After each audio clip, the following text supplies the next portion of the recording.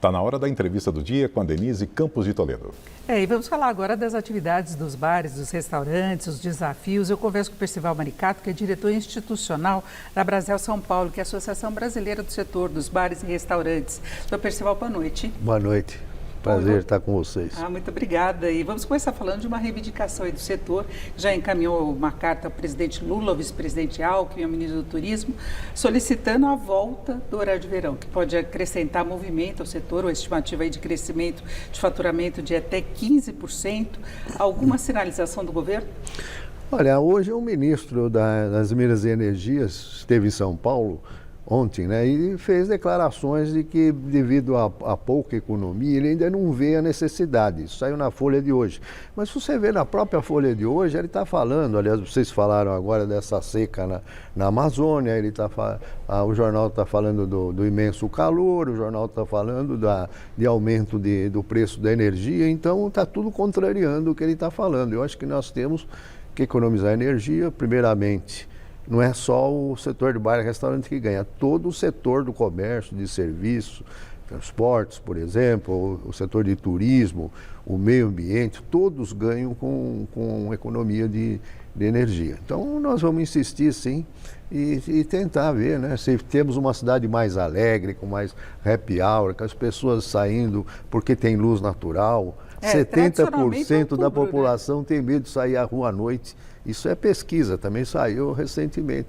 Então, por que não estender a luz natural para as pessoas terem mais convivência e viverem um pouco mais, né, a alegria da cidade? O presidente Lula, em princípio, ele gosta da ideia. Eu acho que ele está indo de encontro ao que pensa ou a decisão do Ministério da Energia, porque ele chegou a fazer uma enquete através de rede social, e dos que responderam, 66%, um pouquinho mais, seria favorável então, ao horário é questão de democrática também, de atender a maioria da população. Mas foi uma enquete pequenininha, né, dos seguidores dele. Agora, vamos aguardar, porque normalmente, até 2019, o horário de verão começava em outubro, né? Pois é, aí acabaram. Então, nós estamos a favor, como eu falei, toda a maioria da população, o comércio, o emprego, gera muito mais emprego, a alegria da cidade, as pessoas podem reforçar a amizade, os bares e restaurantes podem fazer o famoso happy hour. Você vai na Europa, nos Estados Unidos, todo mundo sai por happy hour. Se tivermos luz natural um pouco mais de tempo, acredito que a gente possa introduzir essa cultura, esse costume no Brasil. E as pessoas precisam, é questão até de saúde mental, conversar com os amigos, reforçar, conhecer novas pessoas, se divertir, né? Agora, o setor já vem numa boa recuperação desde o tombo da pandemia, né? Ele levou um tombaço, né? Foi um tombaço. Foi dos que mais fecharam. Foi dos que mais sofreram, muita gente se endividou. E há uma recuperação do movimento, mas não na lucratividade. A Brasel, ela faz pesquisas mensais e o que a gente percebe é que está muito difícil recuperar a lucratividade, mas está havendo sim a recuperação.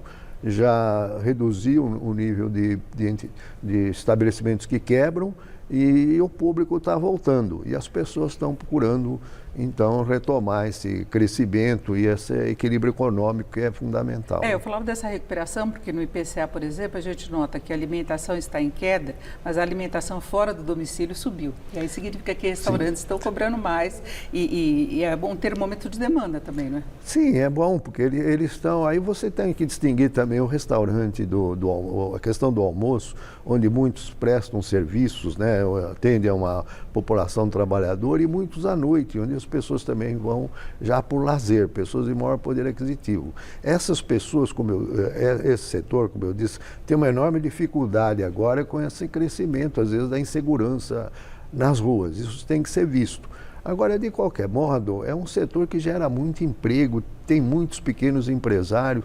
É bom que ele vá bem, né? Porque se ele vai bem, é um bom sinal também para a sociedade. E nessa questão dos custos, nós tivemos uma decisão da Alesp aqui em São Paulo, lei sancionada pelo governo, mas que acabou indo à justiça, que considerou liminar, que é a questão de fornecer água de graça nos bares e restaurantes. É uma perda de lucratividade muito grande por isso? Olha, primeiro, ninguém recusa água. Eu nunca soube de alguém que recusasse água quando o cliente pede. Segundo, perde sim alguma coisa, que não é tanto a água que você dá, mas é muito pelo que você deixa de vender, né? Uma parte significativa das vendas de um restaurante é de água. Agora, tenha certeza, como se diz, não tem almoço grátis. Se o restaurante vai dar água de graça, o vizinho que está tomando cerveja vai ter que pagar custos dessa coisa, porque a obrigação do pequeno empresário é, no fim do mês, ter um equilíbrio entre receita e despesa. Senão ele não consegue pagar o governo municipal, estadual, federal, os trabalhadores, a previdência, os fornecedores, enfim, ele não consegue sobreviver.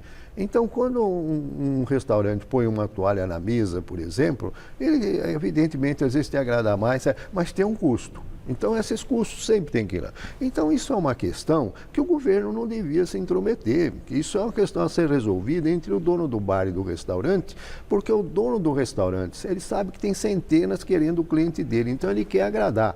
Ele vai fazer daquele mix de produto que ele oferece a melhor forma para atrair e agradar o cliente.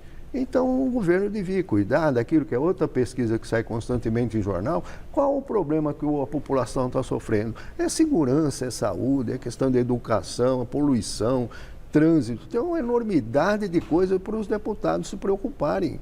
Por que vai querer agora discutir? Segurança é uma situação gravíssima, especialmente no centro da cidade. Tivemos muitos problemas, mas em todas as regiões. Agora, na questão dos custos, eu queria saber qual a posição do setor em relação à reforma tributária que agora está no Senado. Olha, nós fizemos um esforço, a Brasel trabalhou, acho que razoavelmente bem, para mostrar para os deputados e senadores que nós somos um pequeno setor, todo ele 99% feito de pequenos empresários, né, gente que economiza e depois investe em alguma coisa, gera muito emprego.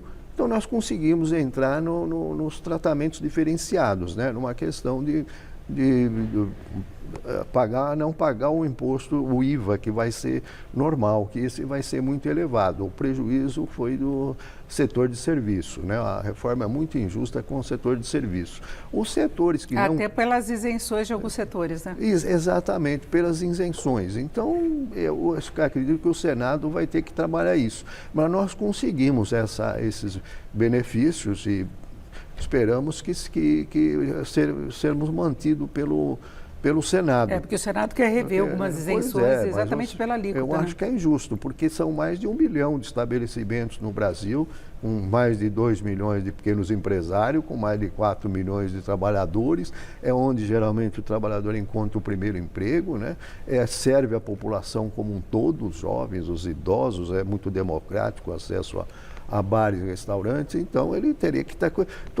Muita gente ainda está devendo da pandemia, principalmente em bancos, então eu espero que o Senado tenha sensibilidade para manter esse tratamento diferenciado. E para fecharmos, como é que está a questão de delivery? O iFood já acabou com a exclusividade, houve um acordo com o CAD no começo do ano.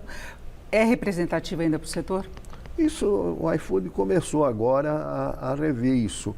Nós sempre tivemos esse problema com contratos de exclusividade. Isso já veio com cigarro. Mas o cerveja. Delivery tem um peso relevante no movimento hoje? Tem um peso relevante, acredito que vai continuar relevante, porque as pessoas já acostumaram. Isso é uma maravilha, você está numa cidade como a nossa, que você tem acesso pelo delivery a mais de 50 tipos de cozinhas, né, internacionais e das regiões do Brasil. Isso graças ao delivery. Então ele tem que ser mantido.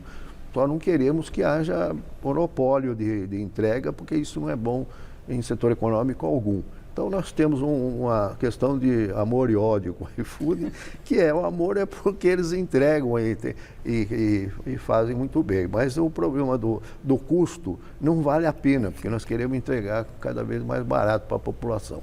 Isso, eu agradeço muito a sua participação, Percival Maricato, que é diretor institucional da Brasel São Paulo, Associação de Bares e Restaurantes. Uma boa noite. Eu que agradeço a vocês a oportunidade. Muito boa noite. Com vocês.